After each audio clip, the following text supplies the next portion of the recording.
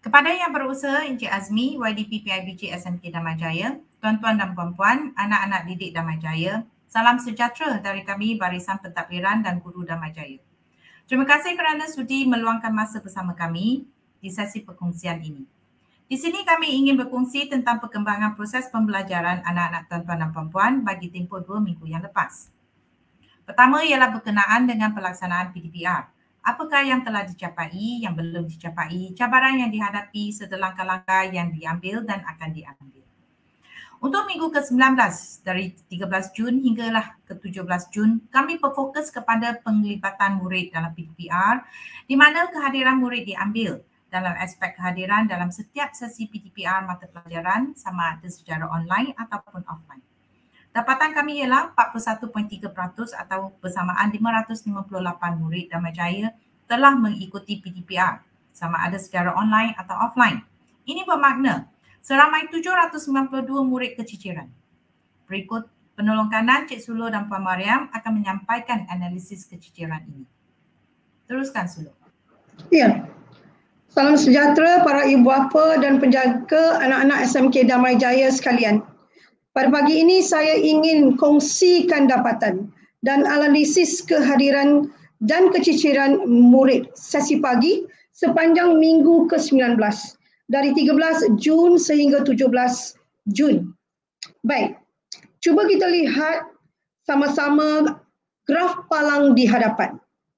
Bagi tingkatan 5, saya ambil contoh 5 Esther. Sepanjang minggu ke-19, 21 orang murid tidak mengikuti kelas PDPR. 21/33.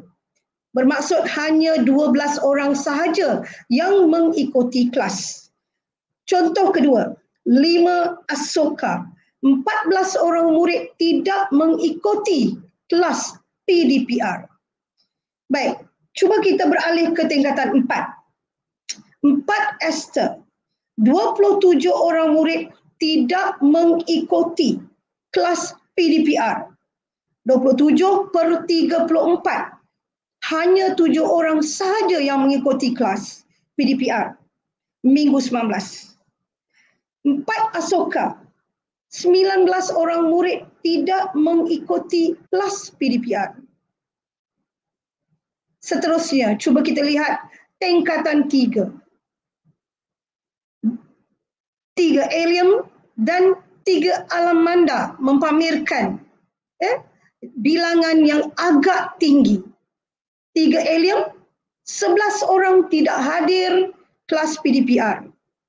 3 Alamanda, 11 orang tidak hadir kelas PDPR. Baik. Ibu bapa, di manakah anak tuan-puan? Adakah mereka hadir kelas PDPR? Jika mereka hadir, tahniah. Saya ucapkan pada ibu bapa yang bantu memantau anak-anak untuk menghadiri kelas PDPR. Jom kita sama-sama pastikan kehadiran anak-anak pada minggu hadapan dan minggu-minggu seterusnya. Sekian.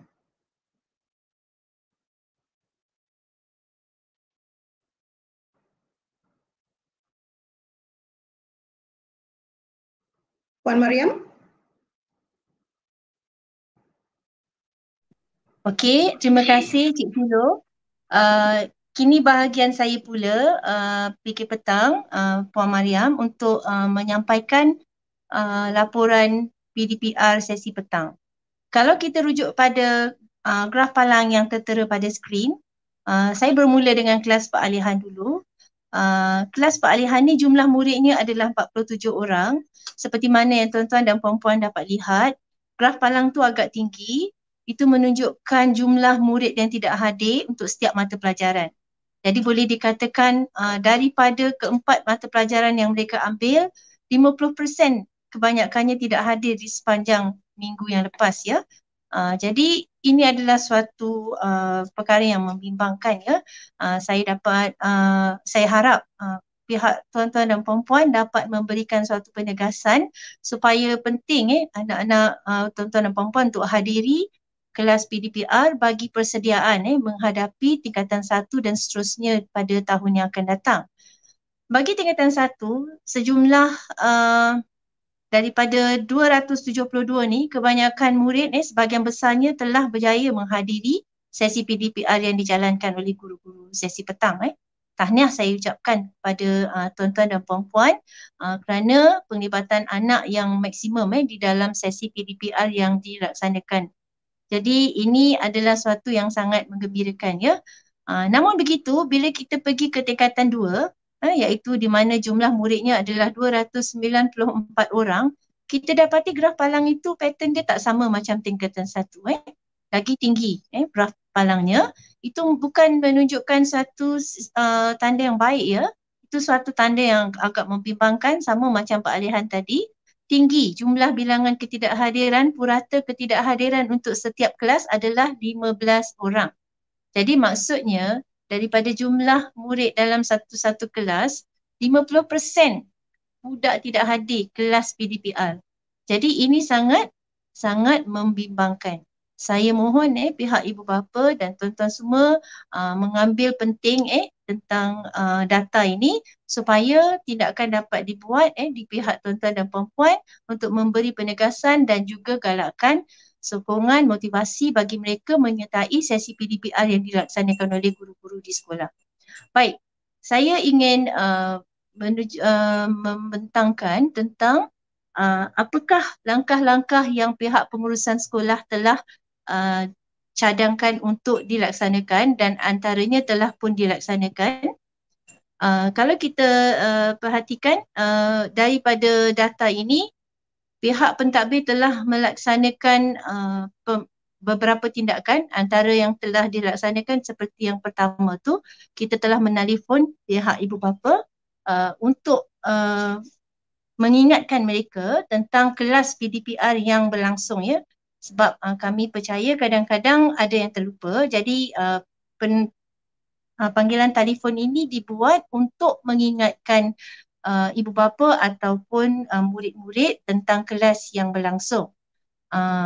Untuk langkah yang berikutnya pula adalah tentang apakah yang kita akan laksanakan untuk memberi galakan untuk murid-murid untuk murid-murid join ataupun menyertai kelas PDPR, iaitu meningkatkan kemahiran guru dalam melaksanakan PDPR secara online. Untuk makluman tuan-tuan dan puan-puan, guru-guru akan terlibat dalam sesi pembelajaran secara online yang dianjurkan oleh pihak JPN di sepanjang bulan 7 dan bulan 8. Ianya akan melibatkan guru-guru dalam masa hujung minggu mereka belajar untuk membuat sesi PDPR mereka lebih menarik. Ini untuk makluman tuan-tuan dan puan-puan lah atas inisiatif JPN supaya guru-guru menjadi lebih kreatif dan inovatif dalam sesi PDPR yang mereka laksanakan. Seterusnya, sesi motivasi oleh kaunselor dan ceramah daripada kaunselor jemputan juga akan dilaksanakan dari unit kaunseling. Dan juga kita juga membuat pengisian rohani, doa di waktu pagi sebelum memulakan PDPR. Juga kata-kata motivasi daripada guru kaunselor, guru-guru mata pelajaran dan guru kelas. Itu adalah antara langkah-langkah yang telah pihak pengurusan lakukan dan cadangkan untuk melaksanakannya. Sekian laporan saya.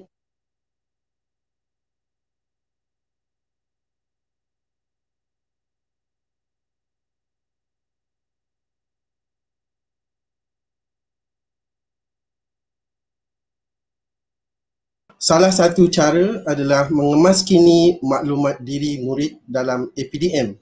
Kenapa perlu sentiasa dikemaskini? Pertama, untuk bahagian ini, saluran bantuan dapat disalurkan kepada mereka yang memerlukan. Dan salah satu lagi, dalam situasi PDPR ini, kami memerlukan maklumat talian telefon supaya semua ibu bapa ataupun murid dapat dihubungi bagi mana yang tidak mengikuti kelas PDPR. Dan langkah lain juga ibu bapa sangat digalakkan untuk menyertai grup Telegram ataupun WhatsApp kelas anak-anak mereka untuk guru-guru tingkatan menghubungi jika ada sebarang masalah ataupun berkaitan dengan bantuan yang boleh diberikan oleh pihak sekolah kepada ibu bapa. Seterusnya, ibu bapa sangat digalakkan untuk menyertai grup Telegram kumpulan sokongan ibu bapa iaitu KSIB untuk mendapatkan informasi-informasi terkini berkaitan dengan program yang sekolah rancang dan laksanakan. Link telah dipaparkan di slide tersebut dan puan-puan bolehlah untuk turut sama dengan guru-guru dan AJKPIBG yang lain. Selain daripada itu, tuan-puan sangat digalakkan untuk menyertai dengan aktif dalam persatuan ibu bapa dan guru. Di sinilah kami dapat bersatu untuk kecemerlangan anak-anak tuan-tuan dan puan-puan. Baik, seterusnya untuk unit HEM, satu program sasiah murid. Program yang dirancang bersama unit di bawah HEM iaitu disiplin, pengawas, kaunselor dan guru-guru adalah untuk memastikan setiap murid diberikan penghargaan melalui satu program yang kita kenal pasti sebagai program amalan baik. Apakah antara objektif yang perlu dicapai untuk program amalan baik ini? Murid-murid kita pasti untuk dibentuk dan dilahirkan disiplin dan nilai murni dalam diri mereka untuk mereka menjadi lebih positif di masa akan datang. Selain daripada itu, nilai negatif dalam diri murid dapat dihilangkan dengan sasiah positif, iaitu ke arah sasiah yang lebih terpuji ataupun sangat baik. Untuk pengetahuan ibu bapa ataupun tuan-tuan, sistem sasiah murid ini adalah diberikan kepada semua murid pada peringkat awal pendaftaran mereka di sekolah dengan markah kosong. Dan dari masa ke semasa, status sasiah murid ini akan sama ada menjadi baik ataupun amat baik ataupun terpuji. Dan skor ini seperti yang dipaparkan, jika ia terpuji, mata ataupun markahnya daripada positif 18 dan ke atas, amat baik positif 9 hingga positif 17, baik positif 8 hingga negatif 2. Manakala jika ada murid yang melakukan salah laku, dia dikategorikan sebagai perlu perhatian di mana markahnya negatif 3 hingga negatif 9. Manakala untuk perlukan perhatian serius, negatif 10 dan ke bawah. Bagaimana skor ini diberikan? Setiap amalan baik yang dizahirkan oleh murid-murid akan mendapat satu mata tambahan untuk murid-murid diberikan status sasiah sama ada amat baik ataupun terpuji. Kenapa satu? Kerana dari masa ke semasa murid-murid sangat digalakkan bersikap positif sehinggalah mereka mencapai kepada kategori sasiah terpuji. Walau bagaimanapun, jika ada murid-murid yang melanggar mana-mana peraturan sekolah ataupun melakukan mana-mana salah laku disiplin, mata mereka akan ditolak. Dan seterusnya, apabila mata itu ditolak, maka amalan baik itu akan berkurangan. Di sini murid-murid dapat sentiasa berfikiran secara positif bahawa dengan amalan baik, sasiah murid itu akan sentiasa lebih positif dan ini sebenarnya menguntungkan mereka di masa hadapan. Kerana amalan baik ini bukan sahaja untuk mereka menjadi lebih positif semasa berada di sekolah, tapi juga berada di luar sekolah. Yang ini sepanjang kehidupan mereka pada masa akan datang. Seterusnya daripada paparan, data perkembangan status amalan baik. Baik, sekolah telah melaksanakan program ini bermula pada awal Mei dan hasil daripada perbincangan daripada sesi mesyuarat ataupun PLC bersama dengan bahagian pengurusan dan guru-guru, maka program ini telah dijalankan pada pertengahan Mei. Kalau kita lihat daripada paparan, kategori terpuji pada 15 Mei adalah kosong. Dan sebulan kemudian selepas itu ia meningkat dan selepas itu ia meningkat pada angka 173. Manakala untuk amat baik pada peringkat awalnya 1 dan sangat positif, ia berkembang kepada 280 pada akhir Jun. Manakala untuk mereka yang memerlukan perhatian ataupun perhatian serius, amalan baik daripada 30 ataupun 7, mereka menurun kepada 23 ataupun 5. Ini menunjukkan amalan baik mengikis sifat-sifat negatif dalam diri murid kepada yang lebih positif. Perkembangan status amalan baik ini sangat perlu untuk murid-murid. Okey, kalau kita boleh lihat dalam bentuk graf ini, kita lihat ada penurunan untuk kategori baik disebabkan ada peningkatan dalam kategori amat baik dan sangat terpuji.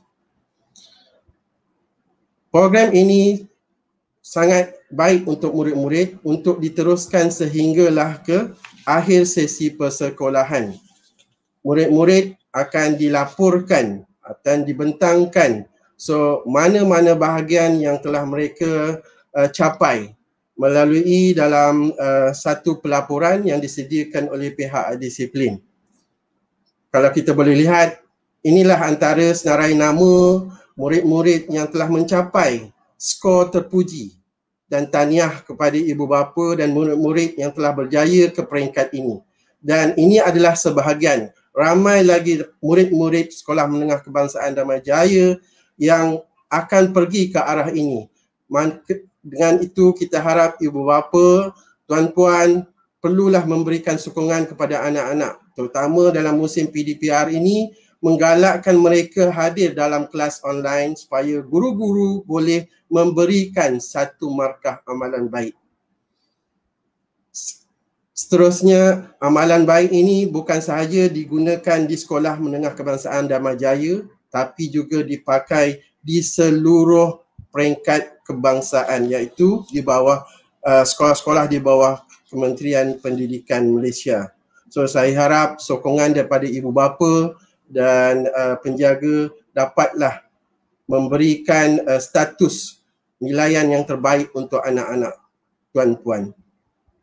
Seterusnya, untuk amalan baik ini bukan sahaja diguna pakai di semasa dalam bidang PDPR ataupun akademik, tapi ia juga berkesinambungan secara selari dengan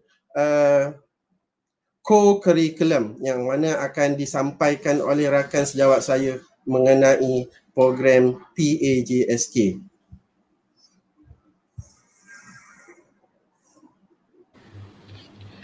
Okey, kalau unit HAM dia tekankan pada amalan baik, bagi unit KOKO kita tekankan pada komitmen pelajar terhadap PJSK.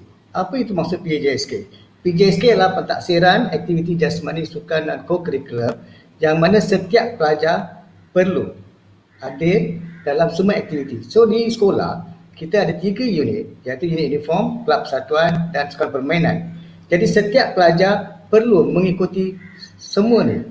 Sebagai seorang pelajar Damai wajib. Jadi bila akhir tahun kita akan buat penilaian untuk pencapaian pelajar berkenaan dapat markah. Jadi pada tahun 1997 Mesyuarat Pengurusan bagi Sekolah Menengah telah menetapkan bagaimana untuk menilai pelajar dan gunakan markah tersebut. Itulah hasilnya yang markah 10% yang timbul. Jadi untuk pengetahuan ibu bapa, walaupun masih PDPR ni, KOKO masih terus jalan. Jadi setiap hari Rabu kita akan masukkan, guru-guru penasihat akan share aktiviti KOKO sebab setiap pelajar wajib ada dalam aktiviti KOKO. Jadi untuk mencapai matlamat tu, kita harapkan kerjasama daripada semua guru. Jadi guru, pelajar dan juga ibu bapa. Yang memainkan peranan penting adalah ibu bapa. Seterusnya, Okey, kenapa kita perlu pelajar aktif dalam KOKO? Sebab salah satu, walaupun ada banyak kat sana, tapi saya tekankan pada membantu pelajar bila mereka layak masuk ke universiti ataupun IPTA atau ITS ataupun memohon apa saja beasiswa. Jadi amat penting. Jadi bagaimana markah KOKO ni dikira? Okey, bagi setiap pelajar, setiap kali kehadiran mereka diambil kira. Jadi untuk KOKO, kalau untuk uniform ada 12 kali perjumpaan, kalau kelab persatuan 12 kali, ataupun uniform sama juga, sukan permainan semuanya 12 kali. Jadi setiap kali pelajar hadir, kalau pada jumlah kehadiran dia penuh, dia akan dapat 50 markah. Kalau dia ada pegang apa-apa jawatan, kita akan bagi markah. Penglibatan, pencapaian dan markah penuhnya lah 100. Jadi setiap 100 ini untuk setiap uniform, kelab persatuan atau sukan permainan. Jadi apa saja yang dicapai pada tahun berkenaan, 2 yang terbaik akan dicampurkan untuk dapatkan purata. Jadi markah purata ni akan bertambah daripada setahun ke setahun akan bertambah. Okey, kita tengok contoh pengiraan bagaimana markah ni kira. Okey, ini adalah satu contoh bagaimana markah pelajar itu dikira dalam sukan permainan. So katakan pelajar itu dapat 85 untuk sukan permainan, kelab persatuan katakan 70 ataupun uniform dapat 80. So 2 yang terbaik daripada tu dia akan campur dan bagi 2. Itulah jumlah markah KOKO pada pelajar untuk tahun berkenaan. So kalau seterusnya, okey, jadi kalau pelajar tu dapat markah lebih daripada contoh A ialah markah 80 hingga 100, B ialah 60 hingga 79, C ialah 40 hingga 59, D ialah 20 hingga 39, E ialah bawah 19. Maksudnya pelajar tu gagal dalam aktiviti KOKO. So inilah yang amat penting. Jadi pelajar-pelajar perlu melibatkan diri dalam aktiviti KOKO. Seterusnya, okey, contoh, inilah contoh pengiraan. Bagaimana? Contohnya, pada tahun pelajar itu masa tingkatan 1, katakan dia dapat 69, markah itu dia akan dibawa untuk tahun ke-2. Maksudnya bila tingkatan 2, markah tingkatan 2 ialah markah tingkatan 1 akan dicampurkan dengan tingkatan 2 dan bagi 2. Itulah purata dia. Seterusnya sampailah tingkatan 5. Bila sampai ke tingkatan 5, markah itu akan ditukarkan kepada 10%. Itulah markah pencapaian dia masa KOKO di Damai-Jaya. Jadi setiap pelajar yang dapat pencapaian terbaik dalam KOKO amat penting bila mereka mohon untuk IPTA ataupun IPS ataupun mohon untuk apa-apa beasiswa. Jadi harapan pihak sekolah ialah ibu bapa akan bantu sekolah untuk meningkatkan pencapaian co-curriculum pelajar. Jadi bukan itu saja kita amat perlukan, bukan saja unit KOKO yang perlukan bantuan, unit HEM, unit counselling turut perlu bantuan daripada ibu bapa untuk menjayakan Damai-Jaya sebagai sekolah yang cemerlang.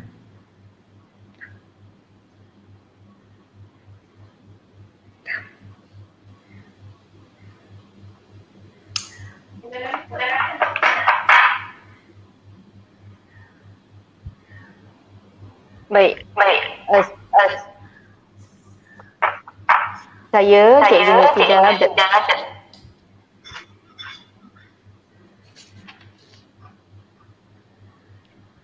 Cikgu Nursidah dari Unit Bimbingan dan Kaunseling dengan ini akan membentangkan program yang akan dilaksanakan. Namun sebelum itu, syabas dan tahniah diucapkan kepada semua pelajar SPM 2020 atas kejayaan mencapai keputusan SPM yang lalu. Syabas dan tahniah juga diucapkan kepada semua ibu bapa maupun penjaga atas kerjasama dan pengorbanan demi memastikan anak-anak tuan-tuan dan puan-puan mencapai kejayaan dalam SPM yang telah lalu. Terima kasih juga diucapkan kepada pihak pentadbir dan juga PIBG atas sumbangan keuangan kepada 19 orang pelajar terbaik SPM 2020. Tuan-tuan dan puan-puan, UBK merupakan salah satu unit di sekolah dalam membantu meningkatkan kehadiran murid PDPR melalui aktiviti-aktiviti yang dijalankan. Jadi di sini saya ingin menerangkan kepada tuan-tuan dan puan-puan antara aktiviti-aktiviti yang dijalankan sepanjang Perintah Kawalan Pergerakan 3.0 bermula dari 13 Jun hingga 25 Julai 2021. Antaranya ialah perkongsian bahan bimbingan info hari ini, ya, program kempen Jom Let's Stop Minda Sihat, program Road to Success SPM 2021, sembang-sembang hala 7 lepasan SPM dan juga kempen Cakna dan sembang PDPR. Semua info-info ini akan dikongsikan oleh guru-guru bimbingan dan kaunseling dalam grup Telegram tingkatan anak-anak tuan-tuan dan puan-puan. Jadi anak-anak tuan-tuan dan puan-puan serta puan-puan juga boleh melihat ataupun melayari, ya, bahan-bahan yang telah kami kongsikan di situ. Dan anak-anak tuan-tuan juga digalakkan untuk menyertai aktiviti-aktiviti yang diberikan oleh unit bimbingan dan kaunseling. Tuan-tuan dan puan-puan, terdapat 2 program yang kami fokuskan di sini, ya, iaitu yang pertama ialah program Road to Success SPM 2021. Program terdiri kepada 2 bahagian, iaitu program yang khusus untuk murid sahaja dan yang keduanya ialah program untuk ibu bapa. Ya, kalau program murid kami fokuskan kepada murid-murid tingkatan 5, namun program keibubapaan kami buka kepada semua ibu bapa anak-anak damai dari ibu bapa tingkatan peralihan sehinggalah ibu bapa tingkatan 5. Jadi untuk makluman tuan-tuan dan puan-puan, kami pihak sekolah telah merancang satu program keibubapaan iaitu insya-Allah pada 27 hari bulan ini, ya, pada pukul 8 malam. Jadi dijemput kepada semua ibu bapa untuk menyertai YouTube. Ya, program itu akan disiarkan melalui YouTube rasmi SMK Damai Jaya. Jadi dijemput kepada semua para ibu bapa. Seterusnya ialah program kempen Cakna dan sembang PDPR, di mana objektif utama kempen ini ialah meningkatkan kehadiran murid dalam kelas PDPR sepanjang tempoh PKP 3.0 ini. Jadi bimbingan ataupun panggilan kepada individu, ya, kami fokuskan kepada 3 perkara. Namun untuk yang pertama ini kami akan fokus kepada ataupun bimbingan serta panggilan kepada murid-murid yang tidak pernah hadir kelas PDPR. Ya, sepanjang tempoh 2 minggu ini kami akan menghubungi, ya, sama ada melalui panggilan telefon ataupun WhatsApp ataupun sebagainya lah, ya, untuk mengetahui permasalahan mereka. Jadi daripada dapatan sesi perkongsian kami bersama anak-anak tuan-tuan dan puan-puan, ya, yang pertama sekali kami dapati ada sebahagian ataupun jawapan yang paling banyak sekali ialah anak-anak tidak mempunyai telefon bimbit sendiri, ya, di mana mereka terpaksa berkongsi telefon bimbit bersama adik-beradik yang lain ataupun berkongsi telefon bersama ibu bapa dan terpaksa menunggu ibu bapa pulang daripada bekerja barulah mereka boleh, ya, mengikuti sesi PDPR yang telah dijalankan oleh cikgu. Kemudian yang kedua, jawapan yang diberi oleh murid ialah storage kecil. Maknanya mereka contohnya hanya boleh menggunakan WhatsApp sahaja di dalam telefon mereka. Untuk jawapan yang ketiga ialah masalah talian internet di tempat tinggal. Murid-murid bermasalah ataupun tidak kuat, jadi mereka on off masuk keluar dalam sesi pembelajaran itu. Yang keempat ialah kekangan keuangan, ya, yang ataupun jawapan yang diberi oleh murid-murid ini mereka mengalami kekangan keuangan. Kemudian yang kelima ialah ibu bapa yang tidak tahu anak mereka ada kelas pada hari itu. Ya, ini disebabkan anak-anak sendiri yang tidak mahu menayangkan ataupun memberi jadual waktu anak-anak kepada ibu bapa. Kemudian yang keenam ialah masalah yang saya rasa banyak dialami oleh anak murid kita, iaitu bangun lewat ataupun mereka memang malas. Mereka menjawab selamba saja malas, ya. Jadi bila ditanya kenapa mereka bangun lewat, 90% anak-anak murid kita menjawab main game. Jadi data mereka dah habis di situ. Ya, kemudian yang keduanya mereka suka menonton televisyen sehingga larut malam. Jadi tuan-tuan dan puan-puan tak perlu bimbang, kami akan berbincang ataupun memberi bimbingan kepada anak tuan-tuan dan puan-puan sekiranya berlaku masalah yang keenam inilah khususnya. Kemudian yang ketujuh ialah masalah yang sangat mengganggu kami lah. Sebenarnya kami agak kecewa bila WhatsApp yang kami hantar dibaca tetapi tidak diberi jawapan oleh murid berkenaan. Dan yang ke-8 ialah nombor telefon tidak digunakan lagi. Jadi kami sebenarnya mengharapkan agar tuan-tuan dan puan-puan menyemak ya ataupun memberi nombor telefon yang aktif kepada anak-anak tuan-tuan dan puan-puan ataupun guru mata pelajaran anak-anak tuan-tuan dan puan-puan. Jadi pihak UBK dan sekolah mengucapkan setinggi-tinggi terima kasih atas kerjasama yang diberi oleh para ibu bapa dalam menjayakan aktiviti ini bagi meningkatkan kehadiran anak-anak tuan-tuan dan puan-puan pada sesi pembelajaran dari rumah waktu ini. Ya, kami amat memahami permasalahan yang dihadapi. Justru itu tuan-tuan dan puan-puan dipelawa untuk berkongsi masalah ya, terutamanya dalam perkara PDPR anak-anak tuan-tuan dan puan-puan. Pihak sekolah akan cuba membantu agar anak-anak tuan-tuan tidak ketinggalan mengikuti sesi PDPR dan seterusnya tidak tercecer atau ketinggalan dalam pelajaran.